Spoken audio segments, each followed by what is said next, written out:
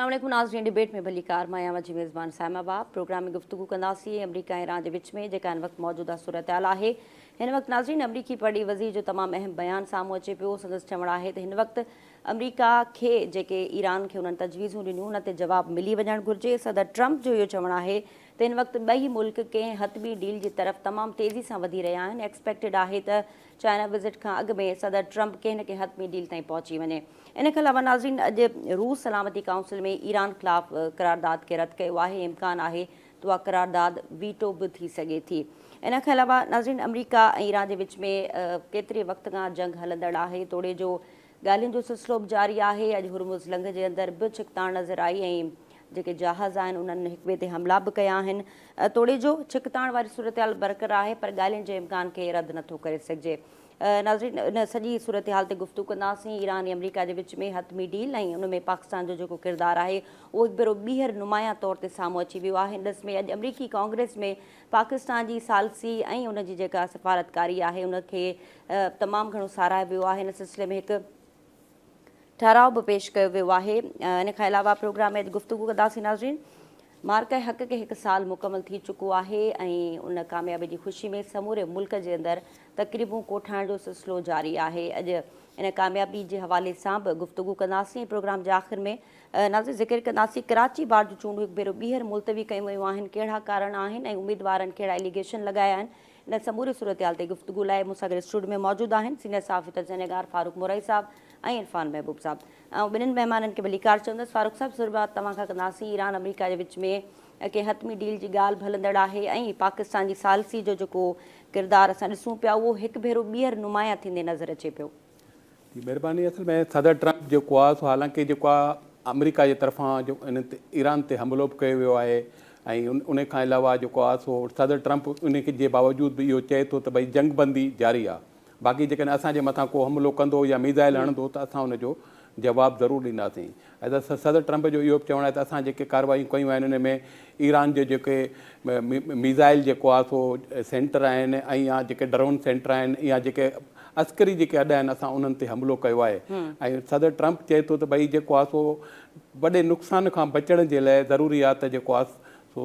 Iran जल्द कंहिं मुआदे ते दस्तख़त करे ऐं असां जेको आहे सो पंहिंजे खिते में जेको आहे पंहिंजे मथां ऐं पंहिंजे जेके असांजा जेके आहिनि गॾु आहिनि असां सां जेके मुल्क आहिनि उन्हनि ते हमिलो असां बर्दाश्त कोन कंदासीं। जॾहिं त ॿिए पासे जेको आहे सो अमेरिका जे जेको आहे सो वज़ीर ख़ारजा जेको आहे मार्को रूबियो उन इटली जे दौरे दौरान साफ़ इनखे चयो आहे त अॼु राति ताईं कंहिं सूरत में असांखे जेको आहे ईरान जे तरफ़ां जवाबु मिलंदो जेके असां उनखे एजेंडा मोकिलियो आहे या मुज़ाकरात जे लाइ जेके मोकिलिया आहिनि उन में हू जवाबु ॾींदो त भई जेको आहे सो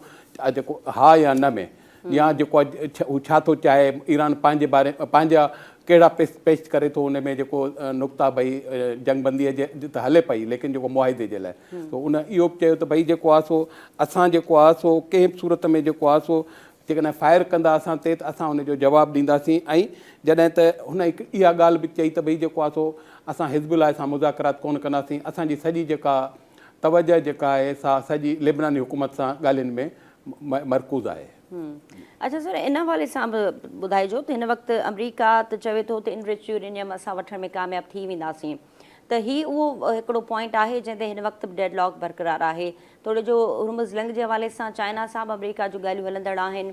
रूस में उनमें उन सां जेको आहे उहो इंटैक्ट आहे हिन सॼनि ॻाल्हियुनि में त जेको जौहरी मामिलो आहे इन ते केतिरे क़दुरु तव्हांखे लॻे थो त अमरीका ऐं ईरान जे विच में को फ़ैसिलो थी सघंदो? छो त ओबामा एडमिनिस्ट्रेशन जे दौर में जेका डील थी हुई उनमें बि लॻभॻि 18-20 महीना लॻी विया सिर्फ़ु जौहरी प्रोग्राम जे मामले ते। ॿिया मामला त उनमें डिस्कस बि कोन थिया। पर हिन मामले में तव्हांखे छा थो लॻे तोड़े जो हिन वक़्तु बि बेएतमादी आहे ईरान ऐं अमरीका जे विच में त पोइ जौहरी प्रोग्राम ते छा तव्हांखे लॻे थो त कीअं डील थींदी? फारूक साहब। हा, असल में ॻाल्हि इहा आहे त ईरान जेको आहे सो बिल्कुलु जेको आहे एतबार हींअर कोन थो करे अमरीका ते। सिधी सही ॻाल्हि आहे जेको असुलु जेको फुक़दान आहे उहो इहो आहे त भई जेको आहे सो ईरान जे तरफ़ां जेको आहे सो हींअर अमरीका जेको ईरान जो वज़ीर ख़ारजा आहे उहो चए थो भई जेको आहे सो असां सां हमेशह जॾहिं ॻाल्हियूं शुरू थियनि थियूं त पुठियां असांजे पुठीअ ते जेको आहे सो खंजर जो वार थो करे जेको अमरीका ऐं असांखे उन ते को एतबार कोन्हे को। पहिरीं त हुननि जो इहो त भई जेको असां एटम बम कोन ठाहींदासीं या एटमी हथियार न रखंदासीं लेकिन हींअर जेको नओं जेको ट्रेंड हले पियो थो उन में इहो लॻे थो त भई जेको आहे सो ईरान हाणे इन ॻाल्हि ते पंहिंजी तवजो मर्कूज़ करे पियो त जेको आहे असांखे एटमी हथियार रखणु खपनि जंहिंजे करे हू को बि जोहरी मुआइदो नथो करणु चाहे जॾहिं त जेको आहे इहा अफ़वाह हलियूं पिए कल्ह खां वठी बल्कि 2 ॾींहंनि खां वठी त अमेरिका राज़ी पंहिंजो ईरान राज़ी थी वियो आहे जेको आहे सो पंहिंजो यूरेनियम जेको आहे सो कंहिं 3 मुल्क खे ॾियण ते ऐं जेको आहे सो ऐं हू ईरान इन ॻाल्हि ते बि राज़ी आहे त 12 खां 15 सालनि ताईं हू जेको आहे सो इस्तेमालु न पंहिंजो जोहरी हथियारनि जे लाइ यूरेनियम खे जेको आहे सो साफ़ु न कंदो जॾहिं त जेको अमेरिका जो मुतालबो 20 सालनि जो आहे लेकिन जेको ईरान जेको आहे 12 खां 15 सालनि ताईं राज़ी आहे लेकिन जेको ईरान जी तरफ़ां इन जी का बि तस्दीक कान्हे बल्कि उन खां वधीक सख़्तु बयान जेको आहे अचनि पिया था ईरान जे तरफ़ां ऐं इन मां अंदाज़ो थिए थो त जेको आहे सो ईरान पंहिंजी ॻाल्हियुनि ते जेको आहे सो मतिलबु डटियल आहे त भई जेको आहे सो असां जेको आहे अमेरिका जे जेके आहिनि नुक़्ता आहिनि जिन ते जेको अमेरिका असांखे मजबूर थो करे त असां उन मुआइदे ते दस्तख़त कयूं उहो न कंदासीं।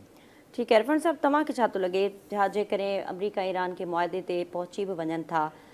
तॾहिं बि छा तव्हांखे लॻे थो सभु मसइला हल थी वेंदा ऐं ख़ासि तौर ते जोहरी प्रोग्राम जो जेको मामिलो आहे उन ते शिकवार कमु थींदो न उन ते हिकिड़ो फ्रेमवर्क जोड़ियो वेंदो त केतिरो पॉसिबिलिटीज़ आहिनि इन्हनि शयुनि जी? वॾी महिरबानी तव्हां बिल्कुलु सही था चओ त इन ते तमामु वॾो फ्रेमवर्क थींदो ऐं कुझु टेक्निकल शयूं आहिनि जेके डिस्कस थींदियूं ऐं हीउ को एॾो सवलो मामिलो कोन्हे जेको हिकु अधु वहकनि में रिज़ॉल्व थी वञे सॉल्व थी वञे ऐं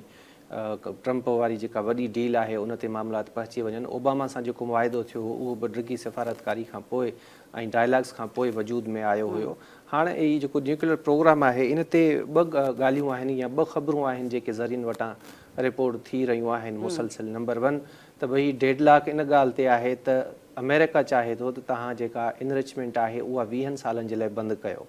ऐं ईरान जो इहो मौक़ुफ़ आहे त असीं 10 खां 15 साल ताईं अची सघूं था। जीअं ओबामा वारे मुआइदे में सनसेट क्लॉज़िस हुयूं त हिन खे बि पाण चई सघूं था त सनसेट क्लॉज़ हिकिड़ी इहा आहे जंहिं ते डेडलॉक आहे त 15 खां 20 साल या वरी 10 खां 15 साल इन ते ॿई धुरियूं ठहनि कोन पियूं। हाणे जेकॾहिं इहा ख़बर दुरुस्त आहे पोइ हिन ख़बर जो को वजूद बचे ई कोन थो त अमेरिका जेका दावा करे थो मुसलसिल त असीं कामयाबु थी वियासीं या कामयाबु थी वेंदासूं या ईरान असांखे जेको यूरेनियम आहे उहो ॾियण ते राज़ी थी वियो आहे। हाणे जेकॾहिं यूरेनियम ॾियण ते राज़ी थी वियो आहे ईरान त पोइ इहे 15 ऐं 20 साल या 10 या 15 साल वारो जेको टेन्योर आहे इहे ॻाल्हियूं छो थी रहियूं आहिनि। तो सरकारी सतह ते पाण ॾिसूं था ईरान जी तरफ़ खां इन मामले ते अञा ताईं कंहिं बि क़िस्म जी का लबकुशाई न थी आहे। अलबत्ता रूस इहा आछ ज़रूरु कई हुई त हीउ जेको यूरेनियम आहे इहो असां वटि रखायो वञे या असांजे थ्रू इन मामले खे जेकॾहिं तव्हां सॉर्ट आउट करणु चाहियो त वी आर रेडी। त हाणे ज़ाहिरी ॻाल्हि आहे त इहे जेके पसे पर्दा ॻाल्हियूं हलनि थियूं मुआइदे जूं डील जूं न्यूक्लियर प्रोग्राम ते इन में किथे न किथे इहा ॻाल्हि ज़रूरु शामिलु थी हूंदी तॾहिं त रूस इन मामले ते आछ कई आहे त जेकॾहिं ईरान अमेरिका खे नथो ॾियणु चाहे यूरेनियम त पोइ असां वटि रखाए छॾे। बाक़ी इहो आहे जे त इहे समूरा मामला सॉर्ट आउट थींदा या न थींदा बक़ौल जेको तव्हां सवाल कयो आहे त हाणे सभ खां मेन जेका शइ आहे ईरान वटि उहो आहे हुनजो न्यूक्लियर प्रोग्राम ऐं बक़ौल सदर ट्रम्प जे ऐं हू हासिलु करे थो वञे यूरेनियम ऐं ईरान कॾहिं बि एटम बम न ठाहे सघंदो त बाक़ी छा वञी पोयां बचे थो। मिसाइल टेक्नोलॉजी बचे थी या हुनजी जेका ड्रोन टेक्नोलॉजी आहे उहा बचे थी उहा ऑटोमेटिकली हुनखे हू तबाह करण में कामयाबु थी वेंदा। ॿी ॻाल्हि इहा आहे त जेका मौजूदा रिजीम आहे सदर ट्रम्प उनखे तस्लीम नथो करे ऐं रुगो मामिलो न्यूक्लियर मिसाइल टेक्नोलॉजी ड्रोन या प्रॉक्सीस जो बि कोन्हे ईरान जे तेल ते बि नज़र आहे अमेरिका जी। जीअं वेनेज़ुएला में सदर ट्रम्प ऑपरेशन कयो उनजो तेल हाणे पाण इस्तेमालु करे पिए थो ईअं ई ईरान जे तेल ते बि उनजी तमामु घणी नज़र आहे ऐं तमामु मुश्किल आहे मुंहिंजे ख़्याल में जो 100% जेको यूरेनियम आहे उहो अमेरिका जे हवाले करे छॾे ईरान। पोइ त को जवाज़ रहंदो ई कोन न पोइ त सदर ट्रम्प जी जीअं जॾहिं दिलि चवंदी हू अची हमला करे ॾींदो या उते तबाही पखेड़ींदो। कहिड़ो मुल्क आहे सदर ट्रम्प जी जेको गारंटी खणंदो ऐं जेकॾहिं खणंदो बि ऐं सदर ट्रम्प सुभाणे उहा गारंटी भञे थो या पंहिंजे उन वाइदे ते पूरो नथो लहे त केरु आहे उन खां पुछण वारो। हींअर बि ॾिसो न वेनेज़ुएला में जेको ऑपरेशन थियो, जेका 40 ॾींहं जंग जारी रही, जेका तबाही थी, केतिरियूं शहादतूं थियूं, 145 जे लॻभॻि ईरान में जेके शागिर्द आहिनि उहे शहीद थी विया, स्कूलनि ते हमला थिया। कहिड़ो जेको असांजो यूनाइटेड नेशंस आहे, अक़वाम मुतहिदा गॾियल क़ौमूं जंहिंखे पाण चऊं था, कहिड़ो सदर ट्रंप खां उन्हनि पुछाणो कयो आहे, कहिड़ा ट्रंप जा जेके इतिहादी मुल्क आहिनि जेके पाण खे इंसानी हक़नि जो अलमबरदार सम्झनि था, कहिड़े जी तरफ़ खां मज़म्मत साम्हूं आई, या कहिड़ी जांच जी आच थी, या हेल ताईं मुख़्तलिफ़ ईरान जे ख़िलाफ़ु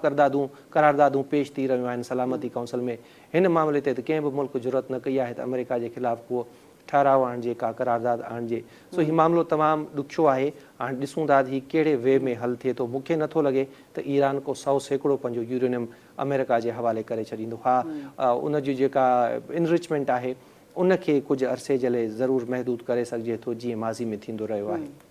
फारूक साहब, हिन वक़्तु तव्हां ॾिठो त हुरमुज़ जे अंदरि बि ईरानी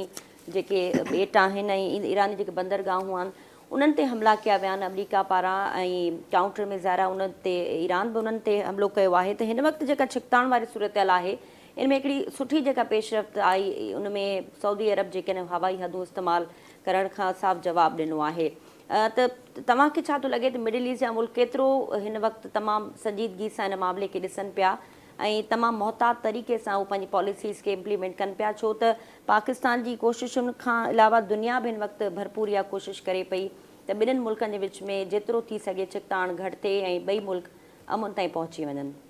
असल में जॾहिं सालसीअ जो किरदारु पाकिस्तान अदा करे पियो ऐं पाकिस्तान जो सऊदी अरब सां जेको दिफ़ाई मुआइदो आहे ऐं हिकिड़ो पाकिस्तान जो स्क्वाड्रन बि जेको आहे सऊदीअ में मौजूदु आहे,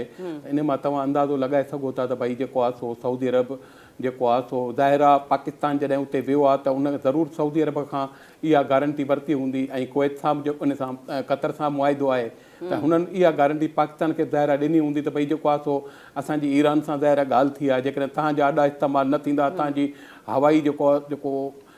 इस्तेमालु न थींदो, एरिया जेको इस्तेमालु न थींदो, उन खां पोइ असां तव्हांजी हिफ़ाज़त करे उन खां पोइ ईरान जेको आहे तव्हां ते हमिलो न कंदो। उन खां पोइ सऊदी अरब जेको आहे सो अमरीका खे बिल्कुलु, ऐं जेको हीउ तव्हां जेको ॾिसो पिया जेको आहे सदर ट्रंप हिकु ॿ ॾींहं पहिरियां जेको हिकिड़ो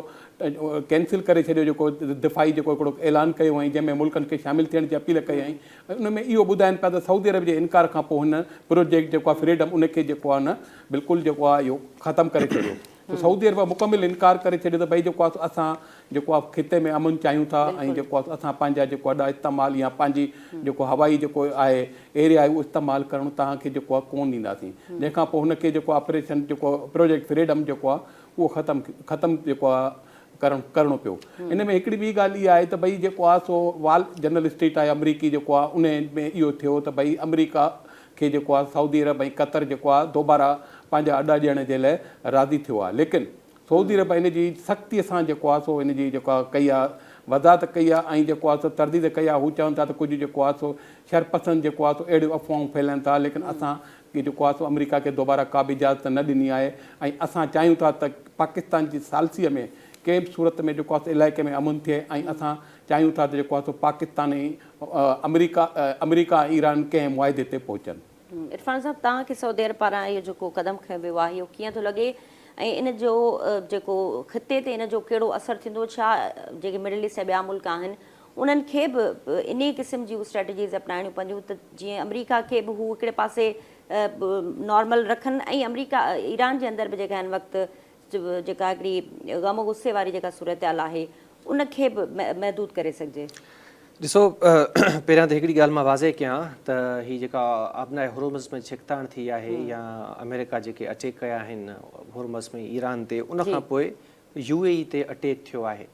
ईरान जी तरफ़ खां। छो थियो आहे इहो तव्हां पाण सम्झी सघो था। हाणे पाण अचूं था पहिरीं वारी ॻाल्हि ते त सऊदी अरब ईरान जे ख़िलाफ़ु अमेरिका खे पंहिंजे हवाई हदूं इस्तेमालु करणु न ॾिनियूं। इन जे पुठियां कारण कहिड़ा थी सघनि था? मुंहिंजे ख़्याल में सऊदी अरब जो हीउ फ़ैसिलो ॾाहप ते ॿधलु आहे, दानिशमंदाणो फ़ैसिलो आहे ऐं हिकिड़ी लॉन्ग टर्म हिकमत अमली या लॉन्ग टर्म सोच जो नतीजो आहे। हाणे पाकिस्तान ऐं सऊदी अरब जे विच में हिकिड़ो दिफ़ाई मुआहिदो आहे, याने पाकिस्तान ते हमिलो, सऊदी अरब ते हमिलो,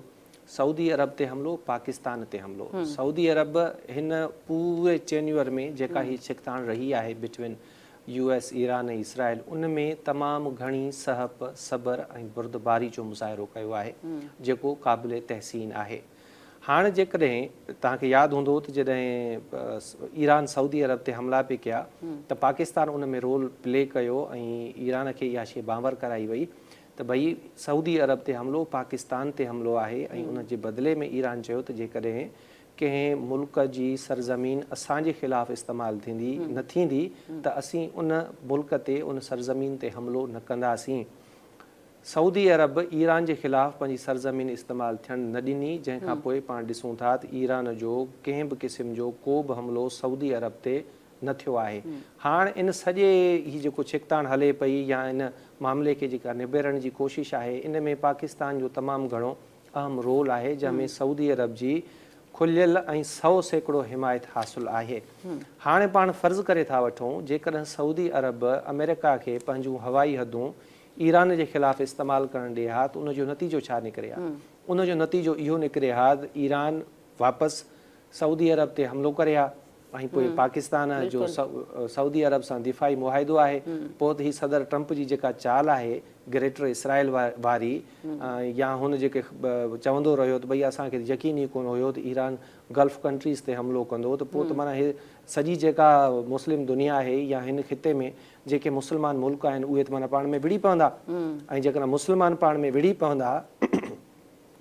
पोइ अमेरिका ऐं इसराइल जा जेके मफ़ाद आहिनि, उन्हनि जा जेके मोटिव्स आहिनि, उन्हनि जा जेके मक़सद आहिनि, उहे त पोइ ऑटोमेटिकली हासिलु थी वेंदा ऐं इन जो नुक़सानु सौ सिधो मुस्लमाननि खे थो थिए, ओतिरो ई नुक़सानु ईरान खे, ओतिरो ई नुक़सानु पाकिस्तान खे, ओतिरो ई नुक़सानु सऊदी अरब खे। इन जे करे सऊदी अरब पंहिंजी दानिश ते ॿधल ही फ़ैसिलो कयो, जंहिंजे नतीजे में जेके हवाई हदूं आहिनि सऊदी अरब जूं उहे ईरान जे ख़िलाफ़ु इस्तेमालु न थियूं ऐं ख़ुदि अमेरिका मीडिया इहा चए पई त सऊदी अरब जे इनकार खां पोइ ही जेको ऑपरेशन फ्रीडम आहे उनखे बंदि करणो पियो सदर ट्रंप खे। बाक़ी जेका मां पहिरियां ॻाल्हि करे वियुसि त UAE ते हाणे अटैक थिया आहिनि, उहे छो थिया हूंदा सऊदी अरब जे इनकार खां पोइ पाण सम्झी सघूं। बिल्कुलु। अच्छा फारूक साहब, हिन वक़्तु गुफ़्तगू जो सिलसिलो हलंदड़ आहे। हिन वक़्तु असां ॻाल्हायूं पिया ईरान ऐं अमेरिका जी जंग जे हवाले सां, पर हिन वक़्तु मां तव्हांखां पुछणु चाहियां थी, हिन वक़्तु मार्क हक़ खे 1 साल मुकमल थी चुको आहे ऐं इन सिलसिले में समूरे मुल्क में ख़ुशी में जेके आहिनि उहे तक़रीबूं बि कोठायूं पियूं वञनि, रैलियूं बि कढियूं पियूं वञनि ऐं पाक फ़ौज पारां जेका कारकर्दगी ॾेखारी वई उन हवाले सां पूरी दुनिया उनखे मञे पई ऐं भारत खां जंग हटण खां पोइ पाकिस्तान दुनिया जे अमन में बि हिकिड़ो वॾो किरदारु अदा करे पियो। पाक फ़ौज पूरी दुनिया जे अंदरि पाण खे मञ रहियो आहे। त मार्क हक़ जी 1 साल मुकमल थियण खे तव्हां कीअं पिया ॾिसो ऐं ओवरऑल इन जी कामयाबी खे तव्हां कीअं ॾिसंदव? जी, असल में ॻाल्हि इहा आहे त भई जेको आहे सो हींअर जेको आहे न असां पाकिस्तानी जेके आहियूं भली केतिरा पाण में विढ़ंदा हुजूं, केतिरा पाण में असांजा जेको आहे सो मसइला हुजनि, चाहे उहे सियासतदान हुजनि, चाहे उहे कहिड़ी बि जेको आहे तंज़ीमूं हुजनि, लेकिन जॾहिं ॻाल्हि ईंदी आहे भारत सां जेको आहे का ॻाल्हि हूंदी आहे सभु असां हिकिड़े पेज ते हूंदा आहियूं ऐं इन ॻाल्हि ते दुश्मन बि परेशान आहे त भई जेको आहे सो त अहिड़ा जेको आहे तव्हां छा था सम्झो, तव्हां जेको आहे इंडिया जा जेको ड्रोन हमला थियनि पिया त उते इंडिया जा जेको माण्हू लिकंदा पिया वतन जेको आहे त जेको आहे असांजे मथां हमिलो थो थिए, लेकिन असां पाकिस्तानी छितियुनि ते तड़ी उहो ॾिसूं पिया त भई जेको आहे सो किथे आहे ड्रोन ॾेखारे जेको आहे उहो ॾिसनि ऐं हिते समुंड ते बीठा आहिनि त जेको आहे सो ख़बर पई त जहाज़ थो अचे, इंडियन जहाज़ हमिलो थो करे, सभु समुंड ते बीठा आहिनि, इन साहिल ते बीठा आहिनि ॾिसण जे लाइ त भई जेको आहे सो कहिड़ो जेको आहे जहाज़ जेको असां ते जेको हमिलो थो करे उहो ॾिसण जे लाइ। त हुन पाकिस्तानी क़ौम जेका आहे उहा इन ॻाल्हि में जेको आहे ख़ासि कर इंडिया जेकॾहिं जेकॾहिं का ॻाल्हि थिए थी त उन जे लाइ हू पाकिस्तानी हर पाकिस्तानी जेको आहे तयारु थियो थिए ऐं उन सां इंडिया सां विढ़ण जे लाइ उन में जोश ऐं जज़्बो आहे। ऐं इन खां मां जेको DG जेको पंहिंजो इहो ISPR आहे लेफ्टिनेंट जनरल अहमद शरीफ़ चौधरी साहिबु उन पंहिंजे जेको आहे सो इन पंहिंजी जेको आहे तक़रीर कई आहे, उन में हुन क्लियर कट जेको आहे इहो चयो आहे त भई जेको असां बीठा आहियूं, जेकॾहिं इंडिया खे हिमत आहे त जेको अचे मुक़ाबिलो करे, असां हर ॻाल्हि जे लाइ मुक़ाबिले जे लाइ तयारु आहियूं, असां इन ॻाल्हि में पोइ हिते कोन हटंदासीं ऐं उनखे भरपूर जवाबु ॾींदासीं। हुनजो इहो बि चयो त भई जेको आहे इहो त असां सिर्फ़ु असां 10-15 पंहिंजी जेका ताक़त आहे उनजो 10-15% जेको आहे इहो मुज़ाहिरो कयो आहे, अञा त मतिलबु इहो सम्झो इहो हुन इहो क्लियर कट कयो त अञा त पार्टी शुरू थी आहे, माना इन में जेको आहे सो अञा वधीक इन खां असां वटि घणो कुझु ॿियो कुझु आहे, ऐं हुन इहो बि चयो त भई जेको असां 14 अगस्त ते जेका परेड थींदी असां उन में हिकिड़ो इन खां वधीक पंहिंजे ताक़त जो मुज़ाहिरो कंदासीं। ठीकु आहे। नाज़रीन, प्रोग्राम में गुफ़्तगू जो सिलसिलो जारी आहे। मार्क एक्ट जी कामयाबियूं ऐं इन ओवरऑल जेको पाकिस्तान जो किरदारु रहियो आहे, पाक फ़ौज जो किरदारु रहियो आहे ओवरऑल, इन खे डिस्कस कंदासीं। पर हिते मुख़्तसिर ब्रेक जो वक़्तु थियो आहे, असां सां गॾु रहिजो।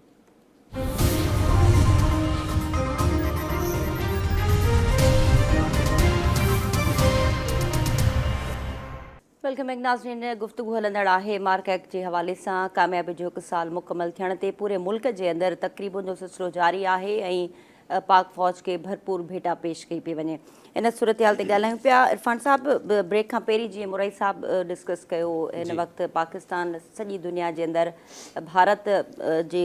जंग खटण खां पोइ हिकिड़ो अमुन जो किरदारु अदा करे पियो ऐं अलमबरदार तौरु नज़र अचे पियो पूरे पाकिस्तान दुनिया में। त हिन वक़्तु मार्के हक़ जी कामयाबी खे तव्हां कीअं ॾिसो पिया? 1 साल मुकमल थियण ते पाक फ़ौज खे बि भरपूर भेटा पेश कई पई वञे, सो कामयाबी खे तव्हां कीअं ॾिसंदव ऐं ओवरऑल पाक फ़ौज जे किरदार खे?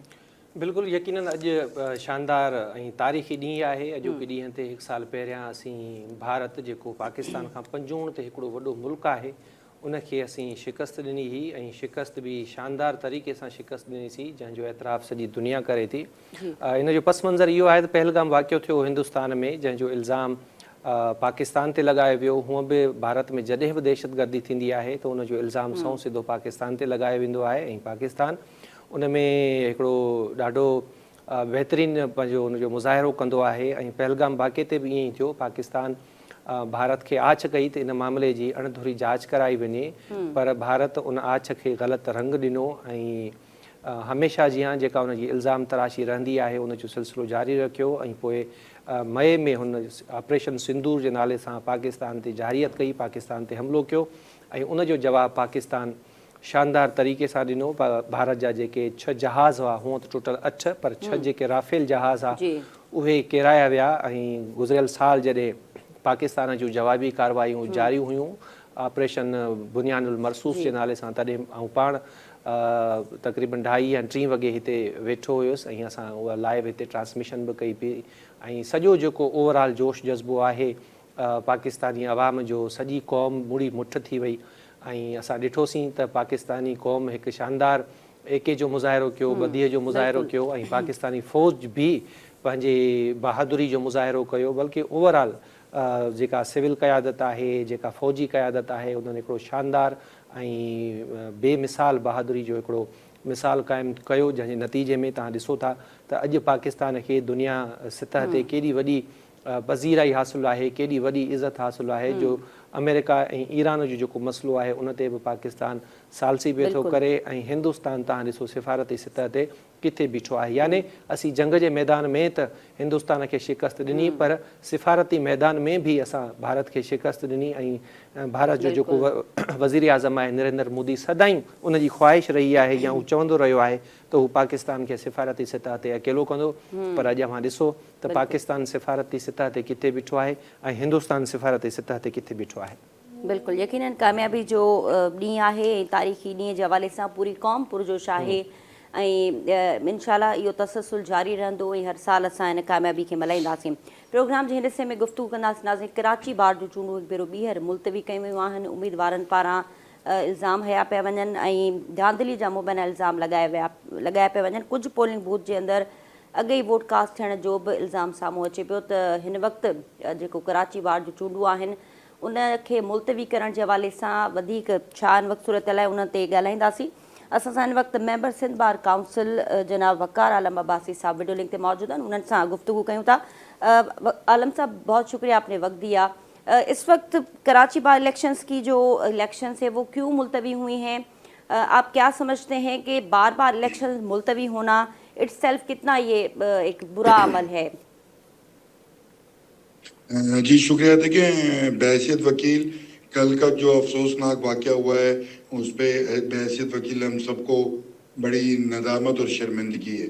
और हम ये समझते हैं कि वाहिद एक ये इदारा था जिसमें एक डेमोक्रेटिक प्रोसेस अपने मुकर्ररा वक्त पे बड़े खुश उसलूबी से हमेशा से सर अंजाम हो जाता था। लेकिन जब से कुछ باہر کی قوتوں نے اس نظام کے اندر مداخلت بڑھا دی ہے، اس وقت سے یہ تمام چیزیں جو ہے وہ بڑی باعث ہو گئی ہیں. کل کا جو واقعہ ہوا، جس طرح بیلٹ پیپرز جو ہے وہ پہلے سے جن کو مطلب ان کے اوپر اسٹیمپ لگا کے پہلے سے ووٹ ڈال کے باکس میں لائے گئے، تو یہ پوری کمیونٹی کے لیے ہمارے لیے کل بڑی امبیرسمنٹ تھی. اور بار بار الیکشن کو ملتوی یا اس کو کنٹروورشل کرنے کا صرف پرپز یہ ہے کہ ایک تو اس ادارے کی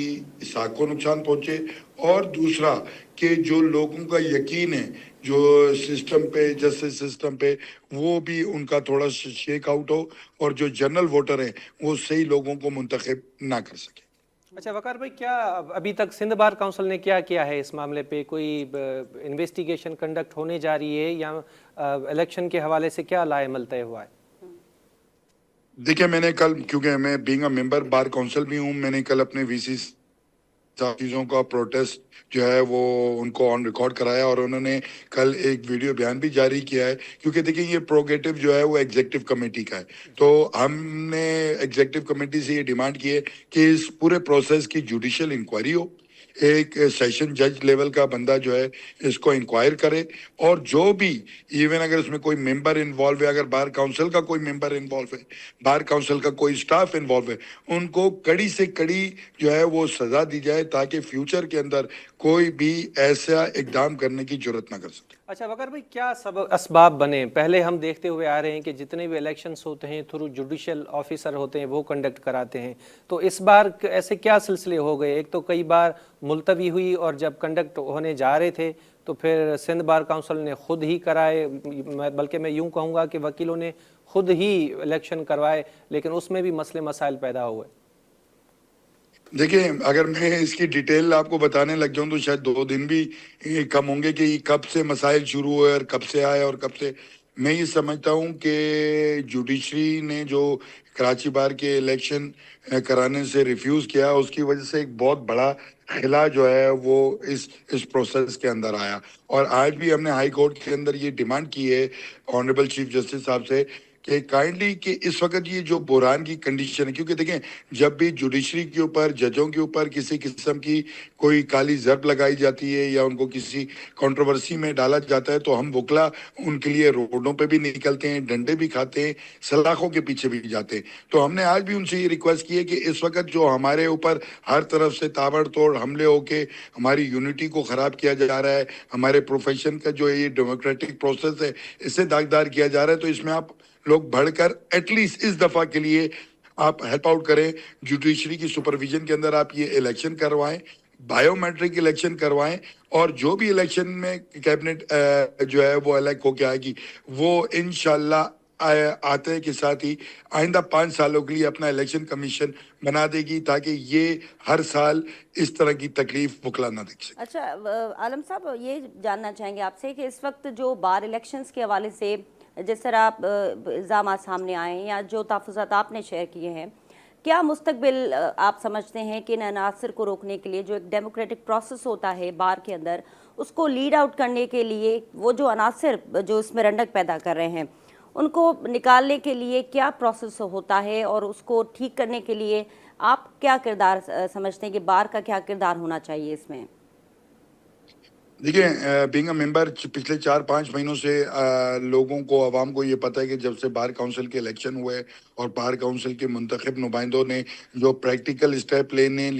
شروع کیے، اس کی وجہ سے کافی لوگوں کو پرابلمز آنے لگی. جو اس پروفیشن کے اندر کالی بھیڑیں تھی، جو اس پروفیشن کو خراب کر رہی تھی، ان کو بڑی سخت قسم کی پرابلم آئی، اور ان کو یہ سمجھ آ گئی کہ اب ان کے گرد جو ہے وہ دائرہ جو ہے وہ تنگ ہوتا جا رہا ہے. تو آپ کو پتہ ہے کہ کسی بھی چیز کو جب آپ کرنے جاتے ہیں تو اس کے ریسیپروکل ریئیکشنز آتے ہیں. تو یہ وہ تمام عناصر ہیں جو باہر کی قوتوں کے ساتھ مل کر ہمارے پروفیشن کو امبیرسمنٹ کی اسٹیج کے اوپر لے آئے، اور وہ یہ چاہتے ہیں کہ یہ ڈیموکریٹک پروسیس جو ہے وہ ڈیریل ہو اور اچھے منتخب لوگ نہ آ سکیں، تاکہ اگر اچھے پراپر طریقے سے ڈیموکریٹک پروسیس سے لوگ منتخب ہو کر آئیں گے تو وہ لازمی بات ہے جمہوریت کے لیے پراپر جو ہے وہ پروسیس کے لیے وہ آواز اٹھائیں گے، جس سے ان کو شدید नुकसानात भी हो सकते हैं और उनको फ्यूचर के अंदर जो उनकी जो पॉलिसीज है वो भी खराब हो सकती है। अच्छा आलम साहब, इस हवाले से भी बताएगा कि एक बार का मजबूत होना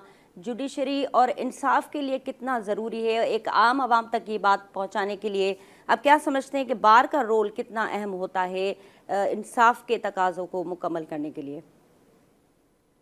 देखिए, मैं समझता हूँ बार का रोल सबसे ज्यादा अहम होता है, क्योंकि बार जो है वो एक ब्रिज है जुडिशरी के बीच में, वकला के बीच में और साइलिन के बीच में। बार का काम ये नहीं होता कि वो सिर्फ जो है वो अपने ऑफिसेज में बैठ के सिर्फ सर्कुलर्स निकाल दें। बार हर तमाम वो चीज़ें देखती हैं जिससे साइलिन को मसला है, जिसमें इंसाफ के असूल के लिए रुकावटें हैं, और लॉ के अंदर अगर किसी किस्म की हडल से उन रिफॉर्म्स के बारे में रिक्वेस्ट करती है, तो मैं समझता हूँ कि बार जो है एक ईंधन का काम करती है जिसके गिर्द ये तमाम निज़ाम चलता है। और कमज़ोर बार का होने का मतलब है कि आपके मुल्क का एक अहम सतून कमज़ोर है, और जब सतून कमज़ोर हो तो आप समझ सकती हैं कि वो बिल्डिंग कभी भी मजबूत नहीं हो सकती। अच्छा तो बार का मुख्तसर मजबूत होना अब जी जी सर, आखिर में मुख्तसर बताएगा कि कब तक एक्सपेक्टेड हैं, बार इलेक्शंस मुतवक्का हैं और जो भी रिजर्वेशंस हैं वो कैसे सॉर्ट आउट होंगी?